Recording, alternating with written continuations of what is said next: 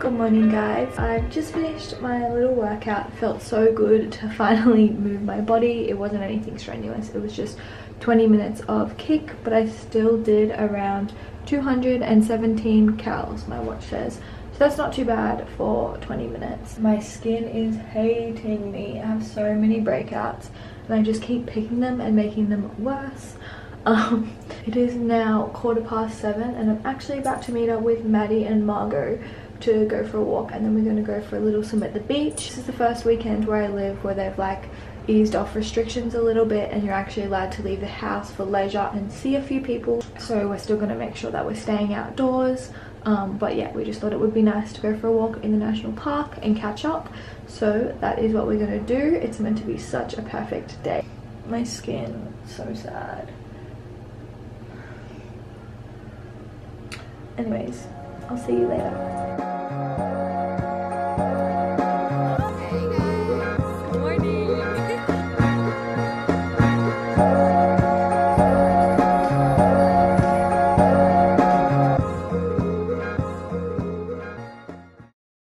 Welcome to Lola's Kitchen 2.0. I'm gonna make us some French toast for breakfast, but I want to try and make it vegan. So I have this theory that if I use a banana instead of an egg, it might work, just because of the consistency.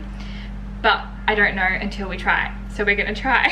To make the actual marinade or egg wash that you usually do for French toast, I'm just gonna pop one banana in my NutriBullet. Hopefully that's enough. Some vanilla. I think I'm gonna do 2/3 of a cup of milk. Any like plant milk, or kind of honestly whatever milk you want. Half a tablespoon of maple syrup. And this is optional, but I'm just gonna pop some cinnamon in because, you know, it tastes good.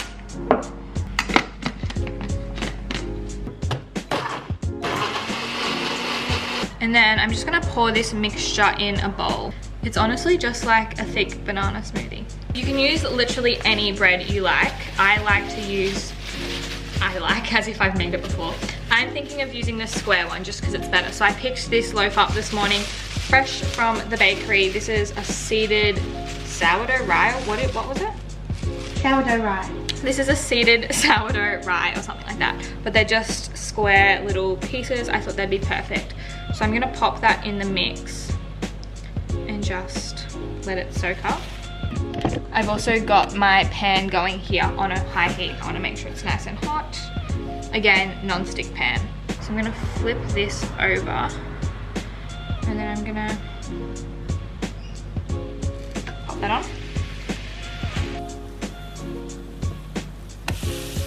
Oh, kind of. I think I might leave it a little longer. It's not ready, but you can see it's like starting to brown around the edges. I'm happy with that.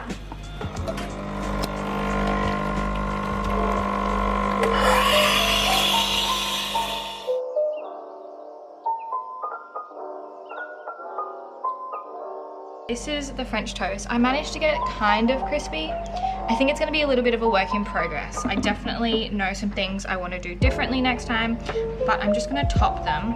Again, fresh figs, because best thing ever. And some fresh berries. And then I think yogurt on top. What do you reckon? Yep, down for that. All right. We'll go to yogurt and maple syrup. And do you like my sushi? Like big enough? Just a dollop of yogurt on top.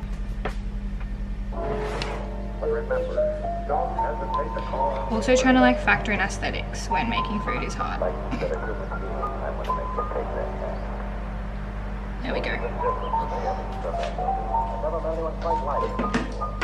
Top drawer over there. She looks good. Did you get the shot? I'm doing this after, FYI. Yum! How good does that look?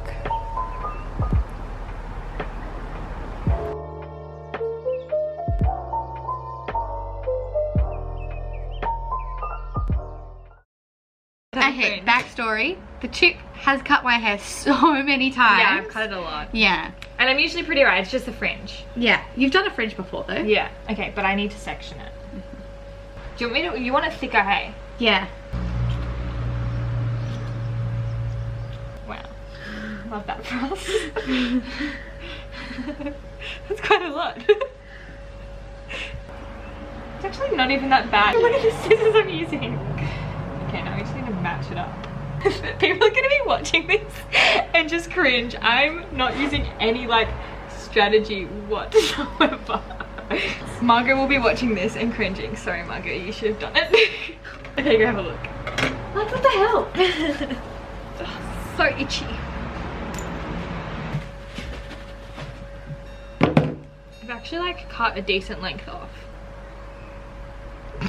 You did well. Did I? Yeah. I think it's my best one yet. Loved it. I actually really do. Look at you go. It's pretty even. The hairdresser does. I mean, Thanks, Oz. all good. That's the damage. Slide into the DMs if you want a haircut. Not. I just got back from the clay shop and I wanted to show you guys what I picked up because I actually had a few DMs on Instagram and also comments on YouTube when I posted my last round of pottery things. So I thought I would show you guys what I picked up this time. Hopefully it's a little bit helpful. I picked up two different kinds of clay.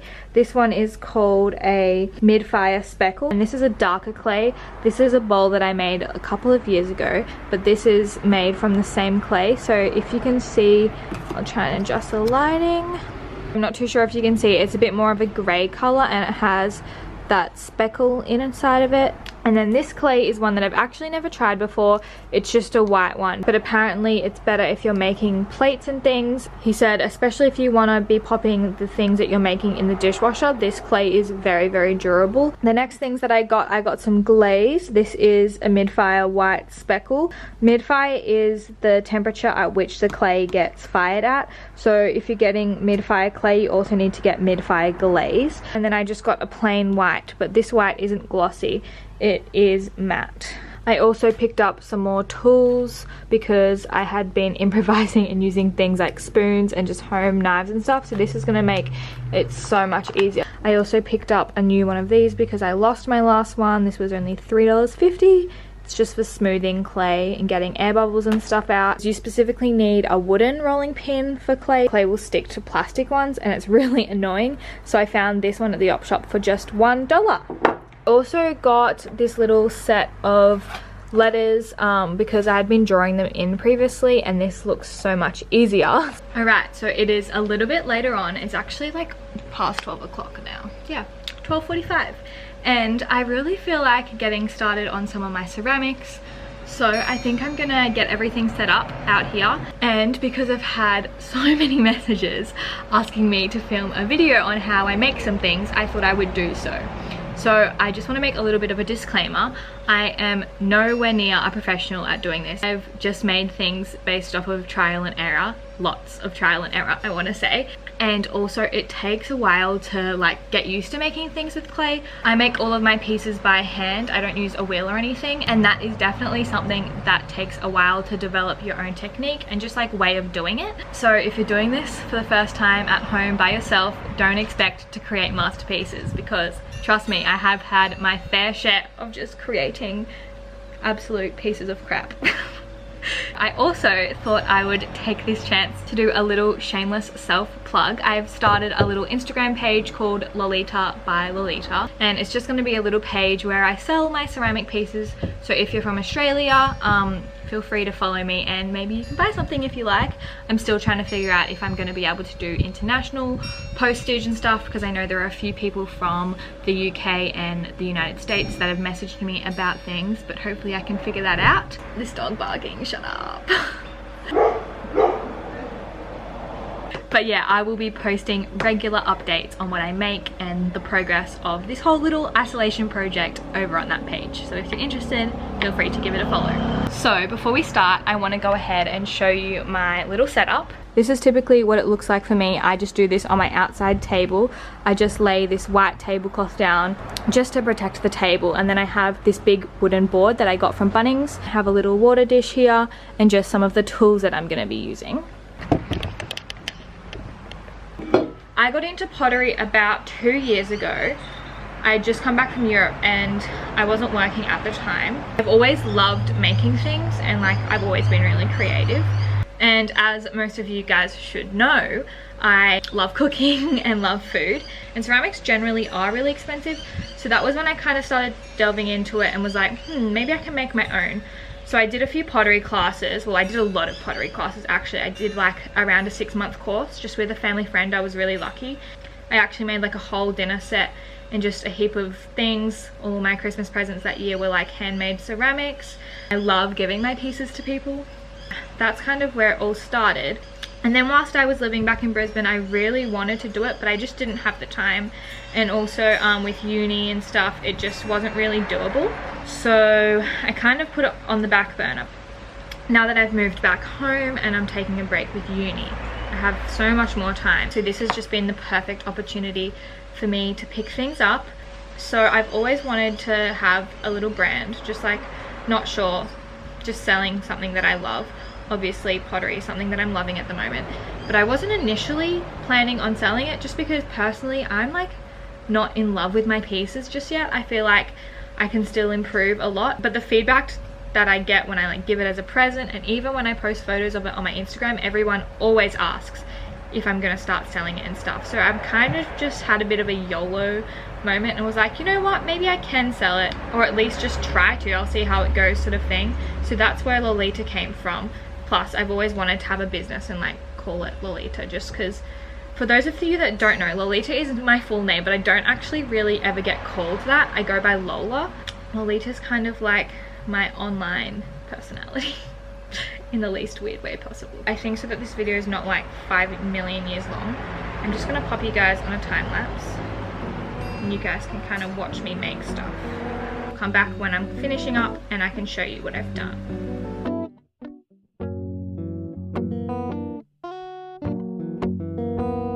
Take a sip, you gon' trip. I'm like a cup of shroom tea in the morning.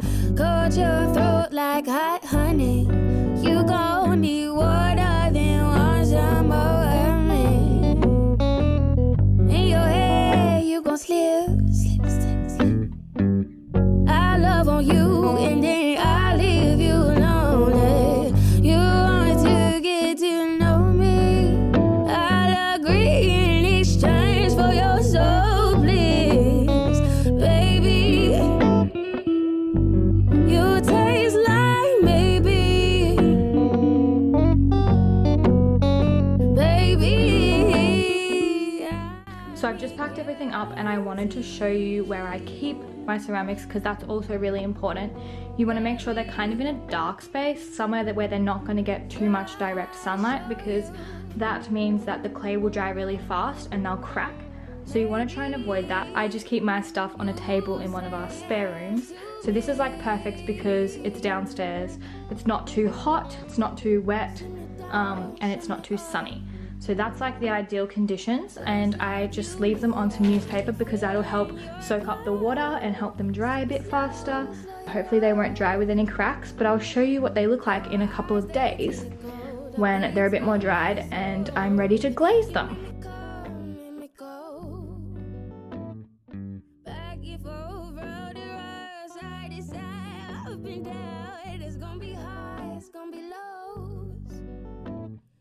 That's why I advise you to microdose, baby.